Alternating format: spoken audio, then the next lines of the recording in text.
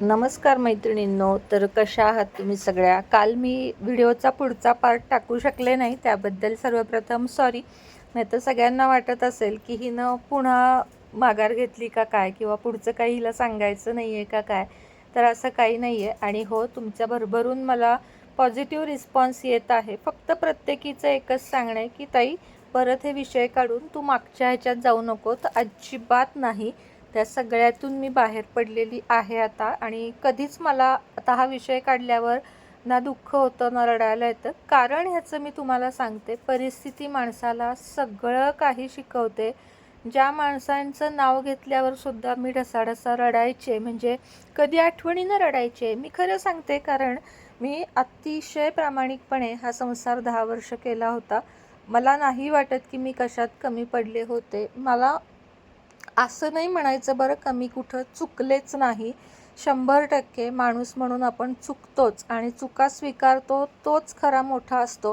त्यामुळं मी असं ह्याच्या त्याच्याजवळ नाही, तुम्हाला डायरेक्ट सोशल मीडियावर सांगते की मी 100% बरोबर आहे असं मी कधीच म्हणणार नाही. पण मला जे खोटं ठरवण्यात आलं किंवा मला जे चुकीचं ठरवण्यात आलं, तशी मी बिलकुल नाही, हे मात्र मी तुम्हाला सगळ्यांना सांगू शकते आणि अभिमानानं स्वामींना स्मरून सांगू शकते. तर चला, आजचा पार्ट 3 आहे. मी फार ह्याचे पार्ट बनवणार नाही आहे, आपले रेग्युलर व्लॉगच येणार आहेत 1-2 व्हिडिओ नंतर. पण ना, मला या सगळ्या मेमरीज कायमस्वरूपी साठवून ठेवायच्या होत्या. आणि यातल्या बऱ्याच गोष्टी मी कोणाजवळच बोलले नाही आहे, कारण कुणाला त्रास नको म्हणून. पण त्या मला स्वतःला या यूट्यूबमध्ये कायमस्वरूपी साठवून ठेवायच्या होत्या, की हे कायम राहावं माझ्या मुलांना ऐकायला, किंवा माझ्या कुणालाही, तुम्हाला सगळ्यांना एक मोटिवेशन मिळावं.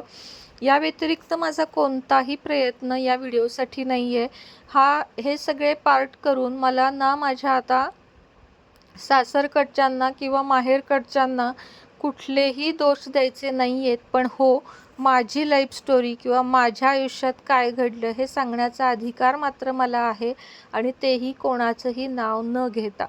तर जसं मी तुम्हाला सांगितलं फर्स्ट मॅरेजबद्दल, तर त्या गोष्टीतनं मी, जसं मला वडिलांनी सांगितलं, मी मूव्ह ऑन झाले पूर्णपणे. आणि पूर्ण म्हणजे तुम्हाला खरं सांगते, 19व्या वर्षी लग्न झालेलं आपल्याला काही कळत नसतं, आणि मी त्यातनं पूर्णपणे मूव्ह ऑन झाले.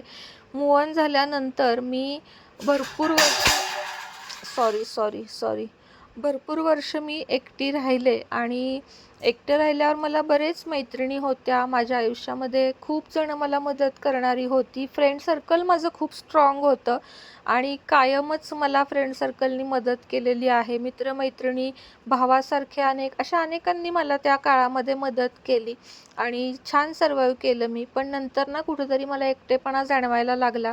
आणि मग मी ह्याचा मागचा भाग तुम्हाला शेअर केलेला आहे. ग्रो मोशन चॅनेलवर आपला तो पार्ट आहे बघा, की नंतर मला स्वतःचं आयुष्य नकोसं वाटलं, पण मला आत्ता ती निगेटिव्हिटी चॅनेलवर पसरवायची नाही आहे. त्यातून पण मी व्यवस्थित झाले. आणि मग पुढची स्टोरी पण मी तुम्हाला सांगितली, की इथं माझं लग्न झालं. लग्न झाल्यानंतर मला साधारण 2ऱ्या-3ऱ्या दिवशी अशा काही गोष्टी कळल्या, ज्याच्यामुळं मला तिथं राहायलाच नको होतं. तिथून पण मी पॉझिटिव्हली घेतलं, की नाही, आपण एक चांगले पार्टनर म्हणून, चांगले मित्र मैत्रिणींसारखं नवरा बायको राहू, असं मी स्वीकारलं. जी परिस्थिती आहे त्याला तोंड दिलं. भरपूर जणांचा स्वयंपाक असेल, किंवा हॉटेल म्हणजे अगदी छोटंसं टपरीसारखंच होतं. त्या पत्र्याच्या शेडमध्ये मी वडापाव तळत असे. मी एकटी करत नव्हते, माझी सासूबाई वगैरे ज्या होत्या, आता त्या तर नाही आहेत बिचाऱ्या, त्यांच्याबद्दल मला काहीच वाईट बोलायचं नाही आहे या ठिकाणी. पण त्या पण खूप हेल्पफुल होत्या, आणि त्यांनी पण ना जाईपर्यंत कष्ट केले. म्हणजे त्या घरामध्ये ना असा श्राप असल्यासारखंच आहे, की तिथल्या बाईला सुख नाही.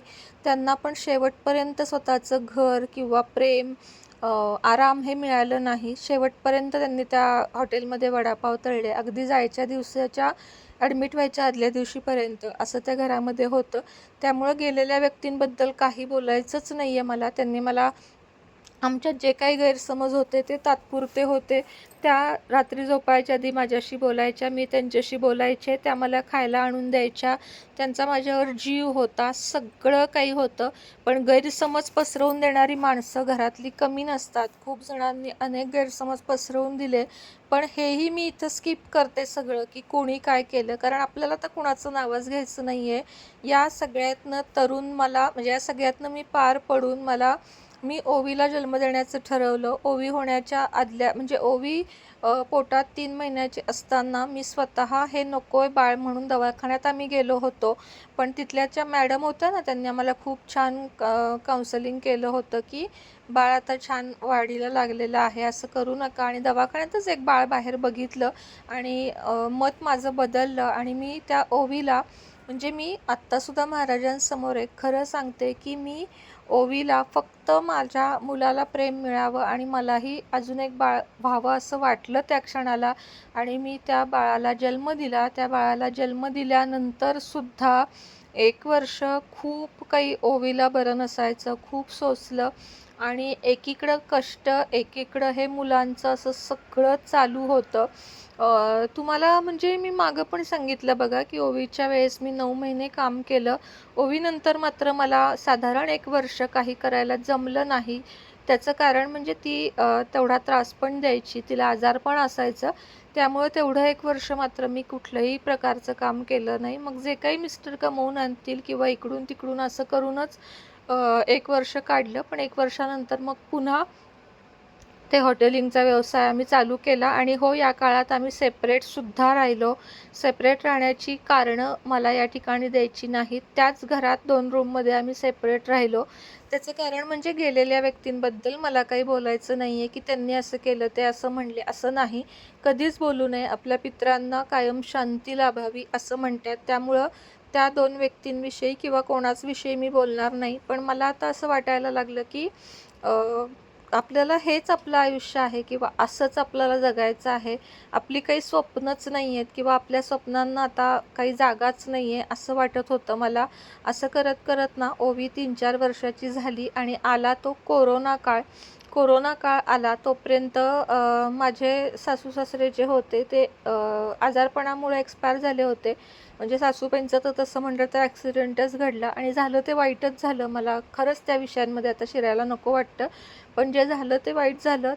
त्यांचा त्या दोघांचा ह्याच्यामध्ये हे झालं आणि नंतर कोरोना काळामध्ये मी पुन्हा पेशंटला डबे देणं, हॉटेल चालवणं, चहा, वडापाव, कच्ची दाबेली, डोसा हे सगळं चालू केलं आणि त्यात मला चांगलं यश पण मिळत होतं. रोजचा मी तेव्हा ₹1001 असा व्यवसाय करत होते आणि मदत कोण करत होतं तर अर्थातच मिस्टर मदत करत होते मला. पण आमच्यात वैचारिक पातळी कधीही एकसारखी नव्हती. म्हणजे दोघांचा स्वभाव विरोधाभास होता आणि दोघांच्यात चांगलं 10-11 वर्षाचं अंतर असल्यामुळं त्यांचे विचार, माझे विचार हे जुळत नव्हते आणि या 9 वर्ष म्हणजे 10 वर्षातल्या 9 वर्ष ते माझ्या बाजूनं खंबीर पण उभे होते. असं नाही की ते खंबीर उभे नव्हते. त्यांनी माझ्यासाठी सेपरेट राहिले होते. त्यांनी बऱ्याच गोष्टी माझ्यासाठी केल्या होत्या आणि त्याचे रिझल्ट म्हणून मी त्यांच्यासोबत राहत पण होते. कारण जोपर्यंत आपला पती आपल्या सोबत असतो ना, तोपर्यंत आपल्याला दुनियेत कोणाचं काय चाललंय ह्याच्याशी फरकच पडत नाही. कारण तो आपल्या बाजूनं आहे याचा एक आत्मविश्वास आपल्याला असतो. पण ज्या दिवशीपासून तो माझ्या विरोधात झाले म्हणजे माझे मिस्टर, त्या दिवशीपासून मात्र मी हा संसार करायचा नाही असं निर्णय पक्का केला. कारण मी राहतच होते फक्त त्यांच्यासाठी तिथं. बाकी मला तिथनं खूप काही सुख मानसिक, आर्थिक मिळत होतं असं नाही. अजिबात नाही म्हटलात तरी चालेल. पण मी निभावून नेत होते कारण त्यांची मला साथ होती.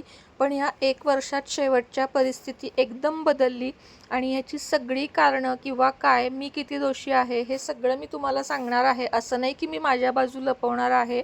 मात्र हो, ज्या कोणी मला या वाईट काळामध्ये साथ दिली त्या सगळ्यांचे आभार मानेन मी या ठिकाणी. आणि या परिस्थितीला मी आता कोणाला दोष देत नाही.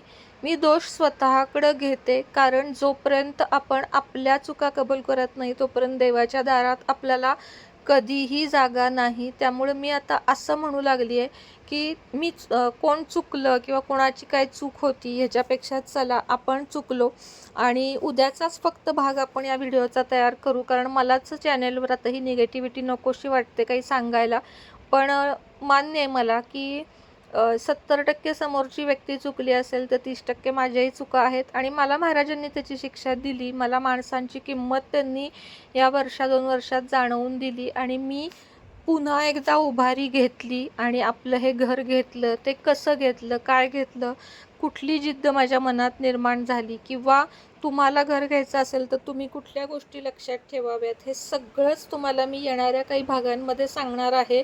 पण मी तुम्हाला एक सांगते, की एका स्त्रीनं ठरवून बघितलं की मला हे करायचं आहे आणि ती जर चांगली गोष्ट असेल तर पुरा कायनात म्हणतात ना, पूर्ण ब्रह्मांड आपल्याला साथ देतं, की तू बरोबर आहेस आणि तू पाऊल उचल, आम्ही तुझ्यासोबत आहोत. अनेक खाचखळगे बघितल्यानंतर आणि अनेक संघर्षांना तोंड दिल्यानंतर जो राहतो तो हिरा असतो, हे माझं म्हणणं आहे. चला, श्री स्वामी समर्थ.